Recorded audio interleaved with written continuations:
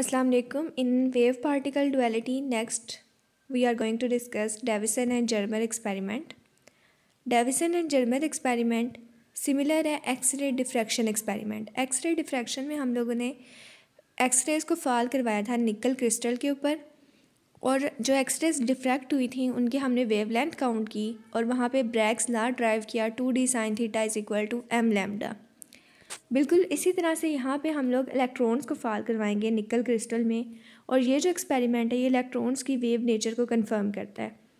This experiment was performed by J. Davison and Dr. H. Germer.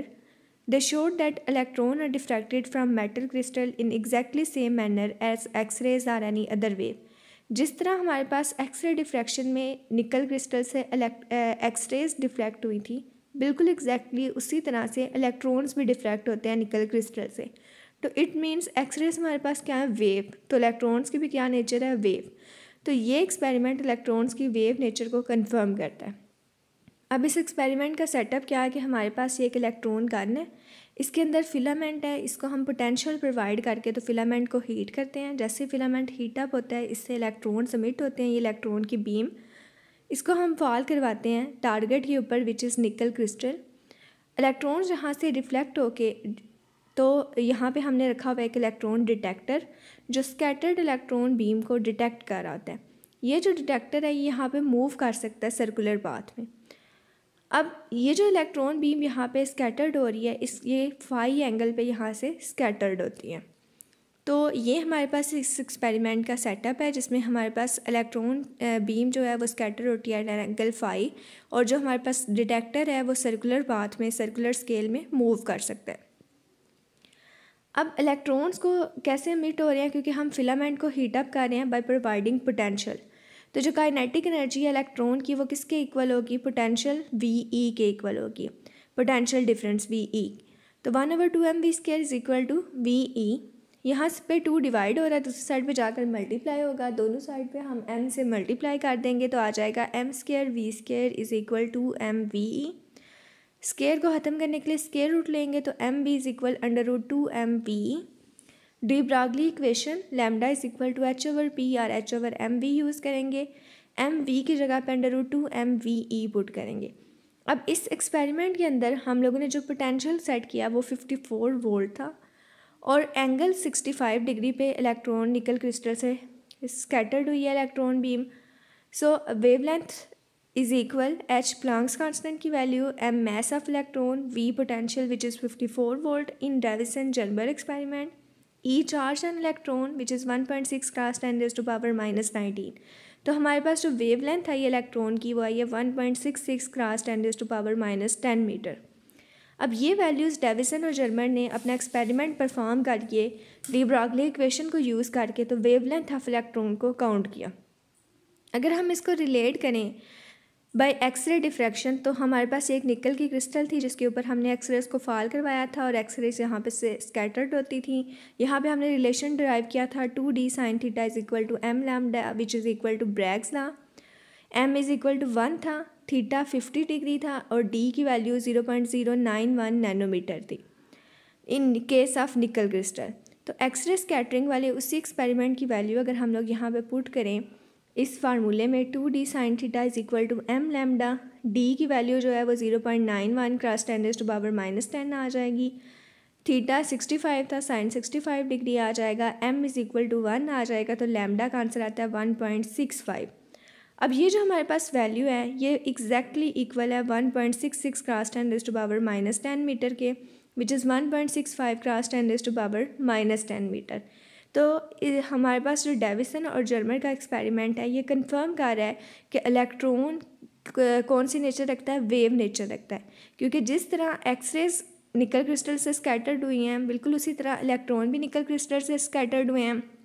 X-rays की wavelength 1.65 × 10⁻10 metre है और electrons की भी वेवलेंथ 1.66 × 10⁻10 मीटर है, which is approximately equal.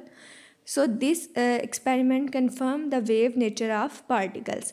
Further अगर हम डिफ्रैक्शन पैटर्न ऑब्जर्व करें तो हमें पता चलता है कि जितने भी सब atomic particles like proton, neutron, hydrogen atom and helium atom है ये सब वेव लाइक बिहेवियर शो करते हैं।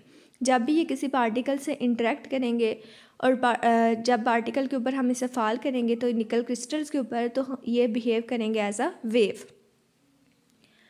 For his work on the dual nature of particle, de Broglie received Nobel prize in 1929। De Broglie की wavelength lambda is equal to h/mv equation हमने यहाँ पे use की है वेवलेंथ वाली, तो डी ब्रॉगली को नोबेल प्राइज़ मिला 1929 में। और 1937 में डेविसन और G.P. Thomson shared the Nobel prize for experimental confirmation of wave nature of particle. De Broglie ने हमें थ्योरेटिकल दी थी कि इलेक्ट्रॉन की या पार्टिकल्स की वेव नेचर होती है, और डेविसन जर्मर एक्सपेरिमेंट ने एक्सपेरिमेंटल कन्फर्मेशन दी थी कि हमारे पास जितने भी पार्टिकल्स हैं उनकी डुअल नेचर होती है। अब यहाँ पे हम लोग इसको शो करेंगे इस सेटअप को कम्प्लीटली इस ट्यूटोरियल में, जहाँ पे इलेक्ट्रॉन्स की वेव नेचर को कन्फर्मेशन का एक्सपेरिमेंट है। सबसे पहले लुईस डी ब्रॉगली ने ये कहा था कि जितने भी हमारे पास पार्टिकल्स हैं उनको वो एज अ वेव भी बिहेव करते हैं और एज अ पार्टिकल, जितने हमारे पास सब एटॉमिक पार्टिकल्स हैं या जितने भी हमारे पास पार्टिकल हैं वो सारे एज अ वेव भी बिहेव करते हैं और एज अ पार्टिकल भी। फिर हमें J.P. थॉम्सन और ने ये कन्फर्मेशन दी अपने एक्सपेरिमेंट में, डेविसन जर्मर एक्सपेरिमेंट जिसे हम कहते हैं, जिसमें उन्होंने वेव नेचर ऑफ पार्टिकल को कंफर्म किया था। अब इनका जो एक्सपेरिमेंटल सेटअप है उसको हम पीछे भी डिस्कस कर चुके हैं, यहाँ पे हम अगेन उसको बाय डायग्राम देखेंगे। ये हमारे पास एक कंटेनर है जिसके अंदर हमारे पास फिलामेंट है। ये दो वोल्टेज के सोर्स हैं जहाँ से हाई और लो वोल्टेज प्रोवाइड किया जाता है। यहाँ भी हमारे पास फिलामेंट है, जैसे ही हम लोग वोल्टेज प्रोवाइड करते हैं फिलामेंट हीट अप हो जाता है। ये हमारे पास डिटेक्टर है जो सर्कुलर पाथ में इसके अराउंड मूव कर सकता है, और ये हमारे पास टारगेट या निकल क्रिस्टल है। अब जैसे ही हम लोग वोल्टेज यहाँ से ऑन करते हैं, कनेक्शन ऑन करते हैं, वोल्टेज प्रोवाइड करते हैं, वोल्टेज प्रोवाइड करने पर फिलामेंट क्या हो जाता है, heat up. Filament heat up होगा तो इससे इलेक्ट्रॉन्स जो है वो निकलना शुरू हो जाएंगे, मिट होना शुरू हो जाएंगे, और वो सारे के सारे इलेक्ट्रॉन्स टारगेट किस पे होते हैं, निकल क्रिस्टल पे। निकल क्रिस्टल से ट्रांसमिट होते हैं, स्कैटर्ड होते हैं वो टूवर्ड्स डिफरेंट डायरेक्शंस, और ये हमारे पास डिटेक्टर है।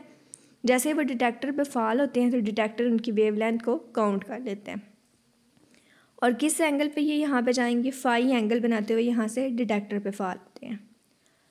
अब वोल्टेज यहाँ पे क्या करता है कि वोल्टेज इलेक्ट्रॉन्स को एनर्जी प्रोवाइड करता है। सबसे पहले तो इलेक्ट्रॉन्स यहाँ से एमिट होते हैं वो एनर्जी लेकर, फिर इलेक्ट्रॉन को मूव करने के लिए जो काइनेटिक एनर्जी है वो भी हमारे पास यहाँ से वोल्टेज सोर्स ही प्रोवाइड करता है। इसलिए हम लोग अपने रिलेशन में EV = 1/2 mv² लिखते हैं। जैसे ही यहाँ से इलेक्ट्रॉन बीम एमिट होगी, ये इलेक्ट्रॉन बीम डिटेक्टर पे निकल क्रिस्टल पे फॉल करेगी, और निकल क्रिस्टल से ये मेटल डिटेक्टर की तरफ रिफ्लेक्ट हो जाएंगे या स्कैटर्ड हो जाएंगे। क्योंकि ये स्कैटर होने हैं हर डायरेक्शन में, इसलिए डिटेक्टर यहाँ पे सर्कुलर पाथ में मूव कर सकता है, और इसकी रीडिंग को हम बाय यूजिंग गैल्वानोमीटर शो कर सकते हैं। Thanks for listening.